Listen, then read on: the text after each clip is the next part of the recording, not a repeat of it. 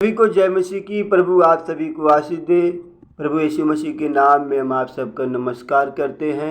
एक बार फिर से परमेश्वर का वचन आप लोग के बीच में इस वीडियो के माध्यम से मैं लेके आया है।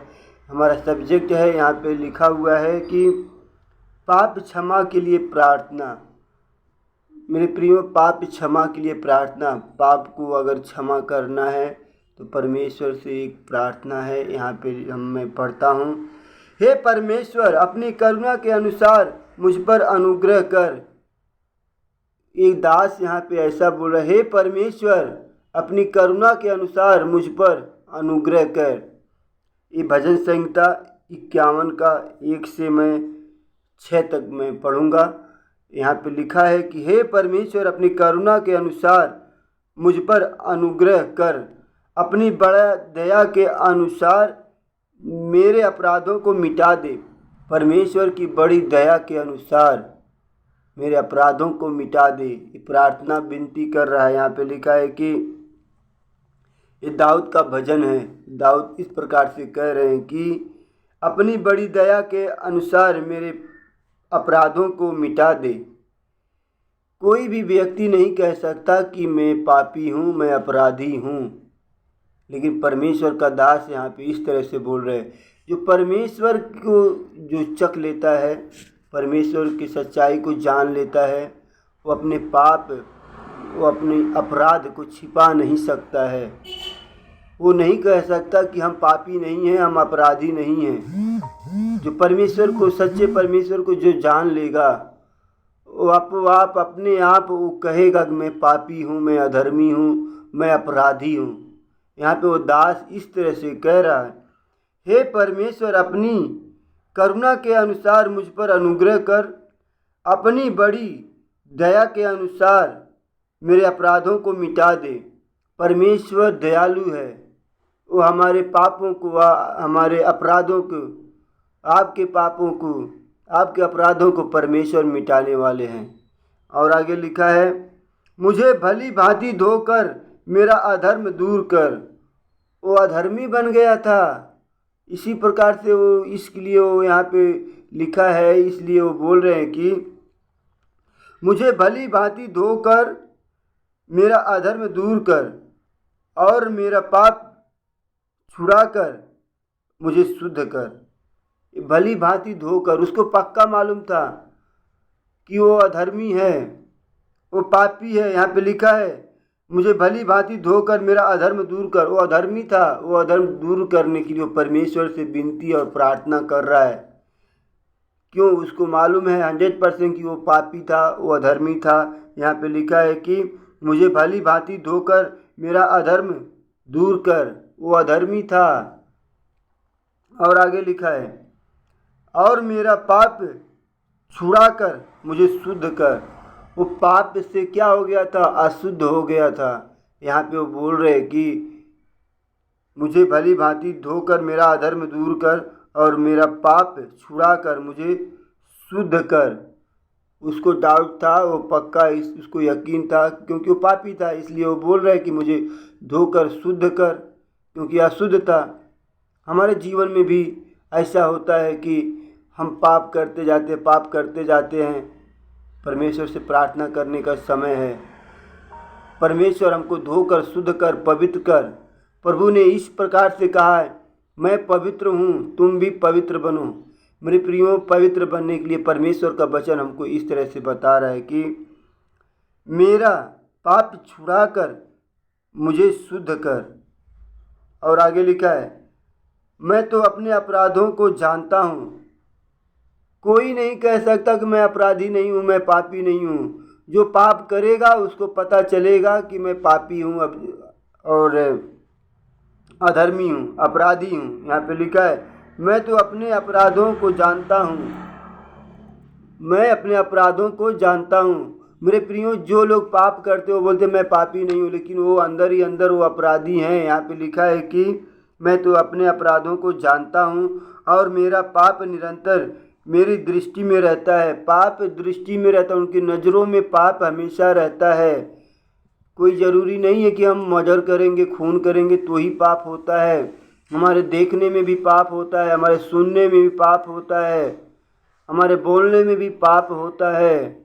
हर प्रकार की पाप हमारे जीवन में आ जाती, कैसे न कैसे, किसी न किसी तरह से। कोई ज़रूरी नहीं कि हम मर्डर करेंगे, खून करेंगे तभी पाप आए। गाली देना भी पाप होता है, बुरी नज़र से देखना भी पाप होता है। मैंने केवल तेरे ही विरुद्ध पाप किया, परमेश्वर के विरुद्ध। खाली परमेश्वर ही हमारे पापों को जानता है, परमेश्वर के विरुद्ध हम पाप कर सकते हैं। और जो मेरी दृष्टि में बुरा है वही किया है, ताकि तू बोलने में धर्मी। जो मेरी नज़र में जो बुरा है वही मैं करता हूँ। हमको मालूम है गाली नहीं देना चाहिए, फिर भी मैं गाली देता हूँ जानबूझकर। मुझे दिखाई देता है कि गाली देना पाप है। झगड़ा नहीं करना है, मुझे मालूम पड़ता है झगड़ा नहीं करना चाहिए, ये भी पाप है। बुरी चीज़ों को हम देखते हैं, ये भी मालूम है पाप है, लेकिन हम करते हैं, हमारे नज़रों में है, क्योंकि हम पाप के संतान थे, पाप हमारे जीवन में था। यहाँ पे लिखा है कि मैं तो अपने अपराधों को जानता हूँ, क्योंकि अपराधों को, पापों को जानते हैं इसलिए।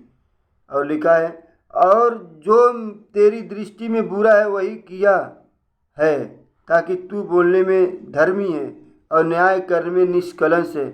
परमेश्वर न्याय निष्कलंक है, एकदम न्याय हमको करने वाला परमेश्वर। यहाँ पे लिखा है कि और न्याय करने में निष्कलंक है, परमेश्वर निष्कलंक है, हमको न्याय जरूर देंगे।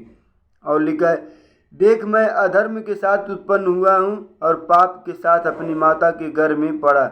अधर्म के साथ वो उत्पन्न हुआ है, क्योंकि जब जैसे हम देखते हैं कि आदम हवा के द्वारा जब हमारे जीवन में, आपके जीवन में पाप आता है, तो उसी के द्वारा हम आगे पाप करते जाते हैं।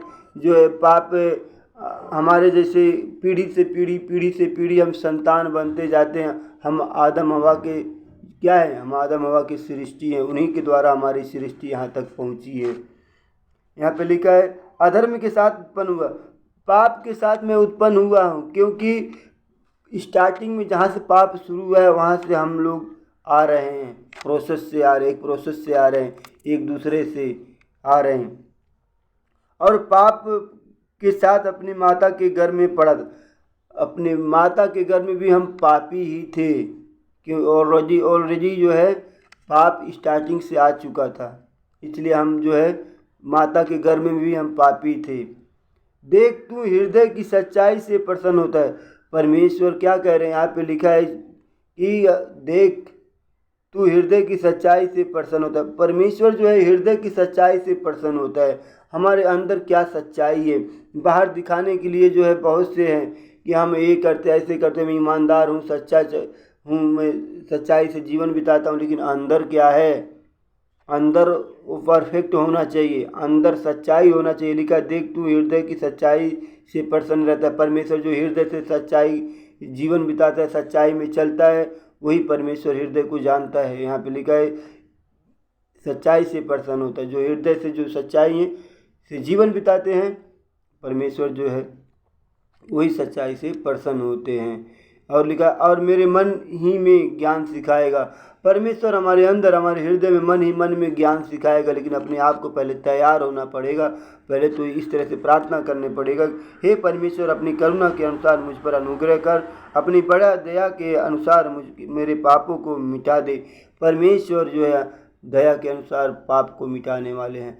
परमेश्वर हमारे अपराधों के लिए, हमारे पापों के लिए कलवरी के क्रूस पे अपना इकलौता पुत्र को दे दिया, खून बहाने के लिए अपने आप को फिनिश कर दिया। किसके लिए, हमारे पापों के लिए, हमारे अपराधों के लिए। हम तो पाप में मरे हुए थे, लेकिन प्रभु यीशु मसीह ने जिलाया है, क्योंकि वो स्वर्ग से उतरा हुआ एक रोटी के समान है, क्योंकि वो स्वर्ग से आया हमारे पापों को क्षमा करने के लिए, हमारे पापों को मिटाने के लिए।